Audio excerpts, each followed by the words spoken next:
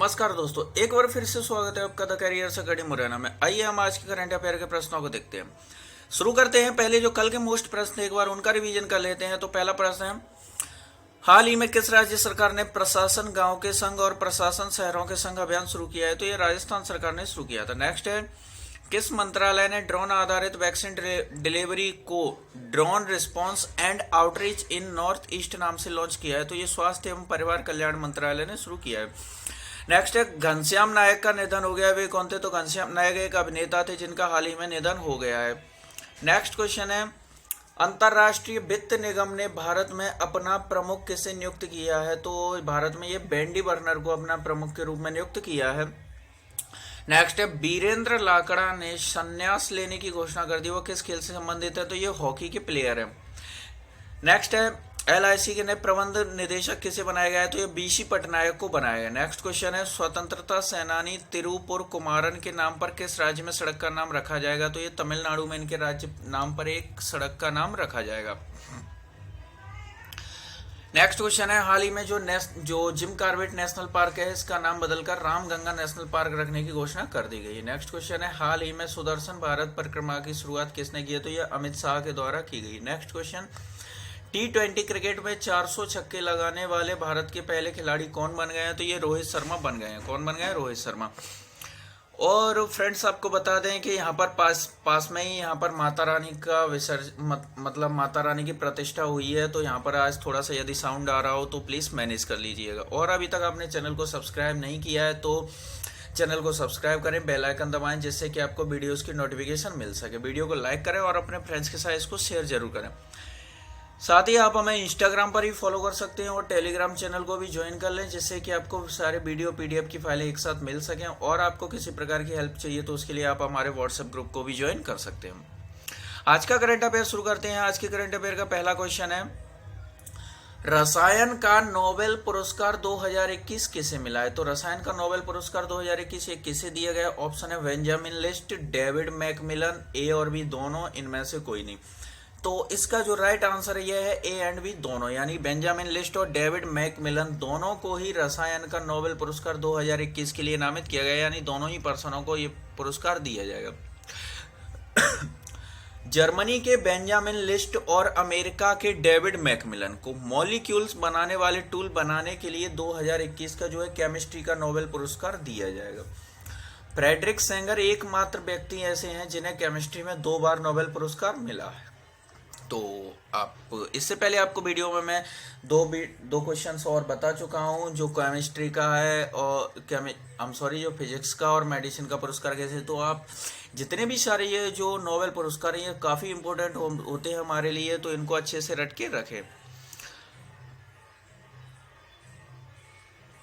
और 2020 की बात की जाए तो 2020 में ये इमैनुअल चारपेंटियर और जेनिफर डोडना को मिला था। किसे मिला था? इमैनुअल चारपेंटियर और जेनिफर डोडना को 2020 में दिया गया था। नेक्स्ट क्वेश्चन देखते हैं, हाल ही में विश्व कपास दिवस कब मनाया गया है? तो विश्व कपास दिवस हाल ही में ऑप्शन है 6 अक्टूबर, 7 अक्टूबर, 8 अक्टूबर, इनमें से कोई नहीं। तो इसका जो राइट आंसर है ये मनाया गया है 7 अक्टूबर को। कब मनाया गया है? हाल ही में 7 अक्टूबर को। क्वेश्चन नंबर 2 का ऑप्शन बी सही है। 7 अक्टूबर को विश्व कपास दिवस के रूप में मनाया गया है। अब कपास तो आप जानते हो जैसे ये कॉटन है, यानी कि इसके प्रति जो है जागरूकता बढ़ाना और इसकी जो पैदावार वगैरह इन चीज़ों के बारे में जागरूकता फैलाना है, इसी के लिए जो है कपास विश्व दिवस जो है मनाया जाता है।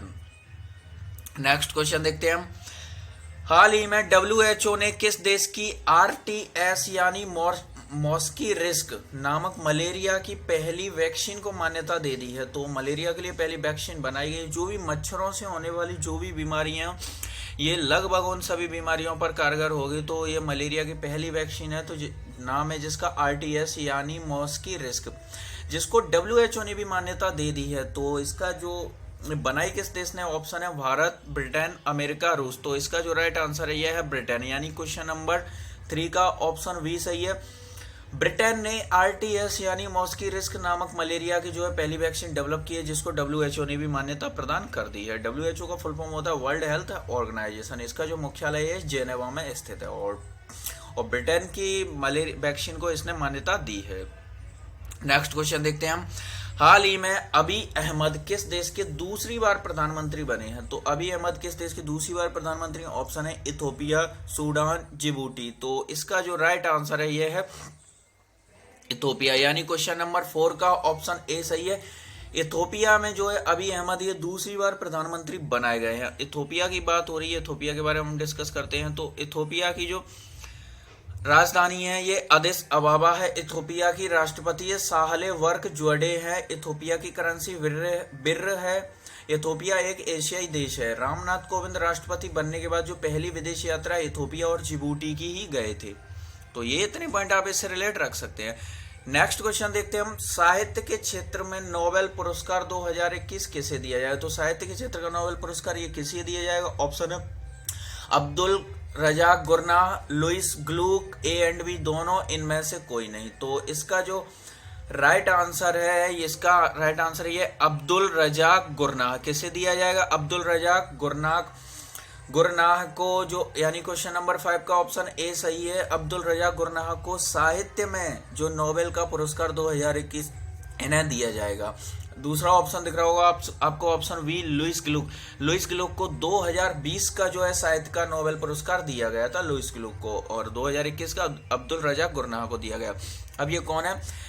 तंजानिया के उपन्यासकार अब्दुल रजाक, कहाँ के हैं ये? तंजानिया के हैं। अब्दुल रजाक गुरनाह को 2021 का साहित्य के नोबेल पुरस्कार के लिए इनको चयनित किया गया है। तो एक उपन्यासकार है। नेक्स्ट क्वेश्चन देखते हैं हम, हाल ही में विजयनगर 31वां जिला किस राज्य में बनाया गया? तो विजयनगर जो है ये 31वां जिला बनाया गया किस राज्य में? ऑप्शन है छत्तीसगढ़, कर्नाटक, तमिलनाडु, केरल। तो इसका जो राइट आंसर है ये है कर्नाटक। कहां पर बनाया गया? कर्नाटक का जो विजयनगर है कर्नाटक में, ये 31वां जो हम्पी है ना, इसको हम्पी से अलग करके इसको 31वां जिला विजयनगर को बनाया गया। जो हम्पी के जो अवशेष जो है जिन्हें को वर्ल्ड हेरिटेज सूची में शामिल किया गया, तो ये जो इसी अब विजयनगर जिले में ही ये पड़ेंगे। तो कहां पर है? कर्नाटक का है जो 31वें नंबर का जिला बन गया है विजयनगर। कर्नाटक की बात हो रही है तो कर्नाटक के बारे में हम डिस्कस करते हैं। कर्नाटक की राजधानी बेंगलुरु है। कर्नाटक के राज्यपाल थावरचंद गहलोत है।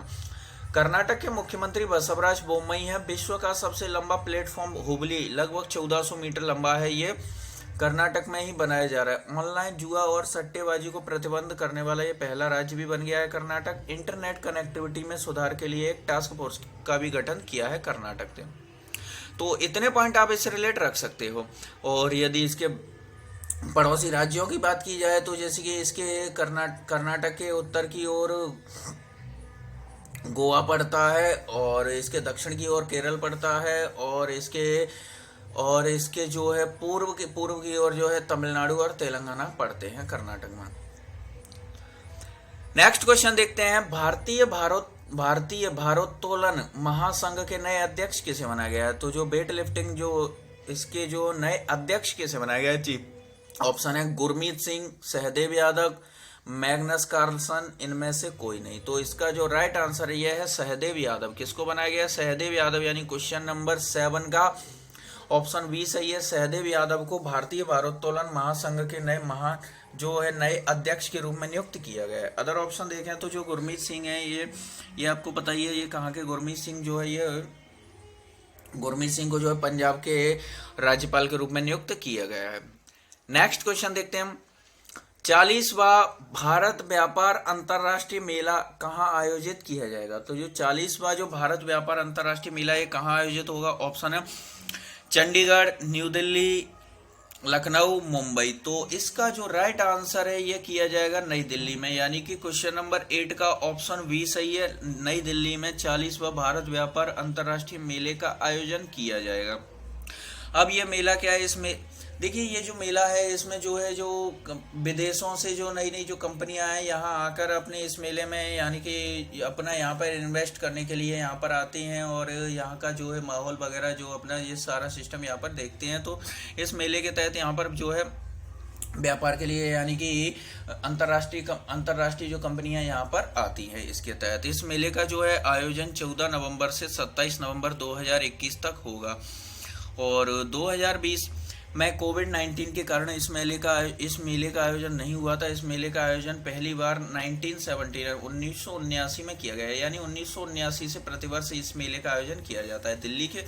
अब दिल्ली में किया जा रहा है, तो दिल्ली के उपराज्यपाल है अनिल बैजल है, दिल्ली के मुख्यमंत्री अरविंद केजरीवाल है जो आम आदमी पार्टी से हैं, और हाल ही में कुछ ही समय पहले दिल्ली ने जो है एक एयर प्यूरीफायर टावर भी दिल्ली में लगाया गया था। तो इतने पॉइंट आप इससे रिलेट रख सकते हैं।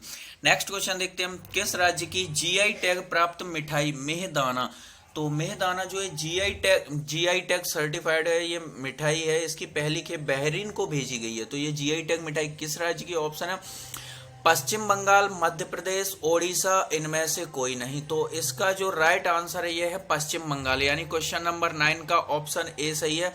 पश्चिम बंगाल की जो जीआई टैग मिठाई है मेहदाना, इसकी जो है पहली खेप जो बहरीन को भेजी गई है। पश्चिम बंगाल की बात हुई है तो इसके बारे में हम डिस्कस करते हैं। पश्चिम बंगाल के जो राज्यपाल हैं ये जगदीप धनखड़ है। पश्चिम बंगाल के मुख्यमंत्री ममता बनर्जी हैं। सुंदरबन नेशनल पार्क और गोरुमारा नेशनल पार्क जो है पश्चिम बंगाल में स्थित है। पश्चिम बंगाल का जो लोक नृत्य छाऊ है, स्टूडेंट क्रेडिट कार्ड योजना हाल ही में जो है मुख्यमंत्री ममता बनर्जी के द्वारा शुरू की गई है।